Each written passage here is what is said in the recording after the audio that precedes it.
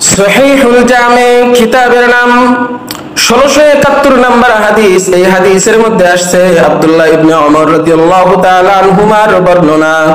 তিনি কি করছে, রাআফাতান ওয়া হুয়া ইউসাল্লি, এক যুবককে দেখে ওই যুবক নফল নামাজ পড়ে।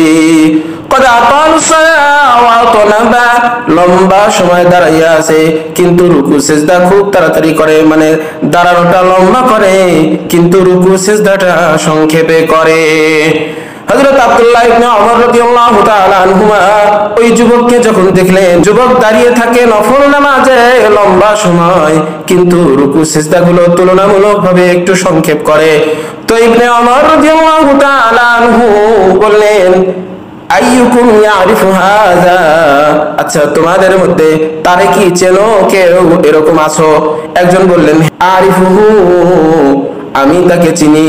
আব্দুল্লাহ ইবনে ওমর রাদিয়াল্লাহু তাআলা আনহুমা বললেন, লাউ আরাফতুহু, আমি যদি তাকে পার্সোনাল ভাবে চিনতাম, আমারতুহু আন ইউতিলা রুকুআ ওয়াস সুজুদা, তাহলে আমি তাকে বলতাম রুকু সিজদায়ও যেন একটু দেরি করে।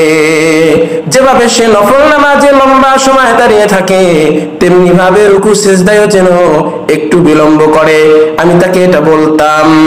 এই কথা কয় কেন? এবার আব্দুল্লাহ ইবনে ওমর যে কথা বলছে সবাই একটু মন দিয়ে শোনেন।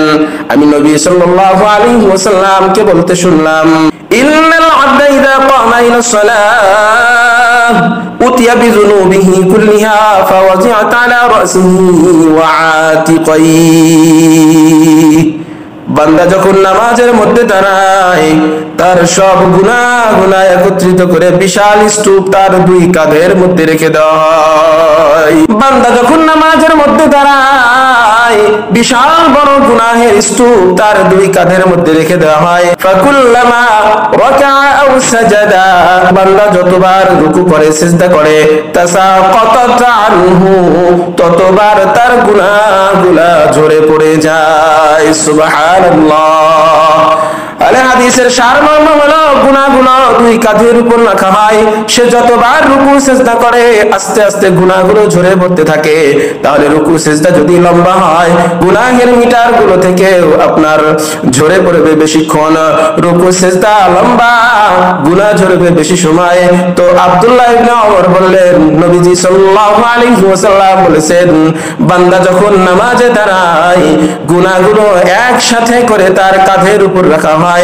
যখন সে রুকু করে, যখন সে সিজদা করে, তার রুকু সিজদা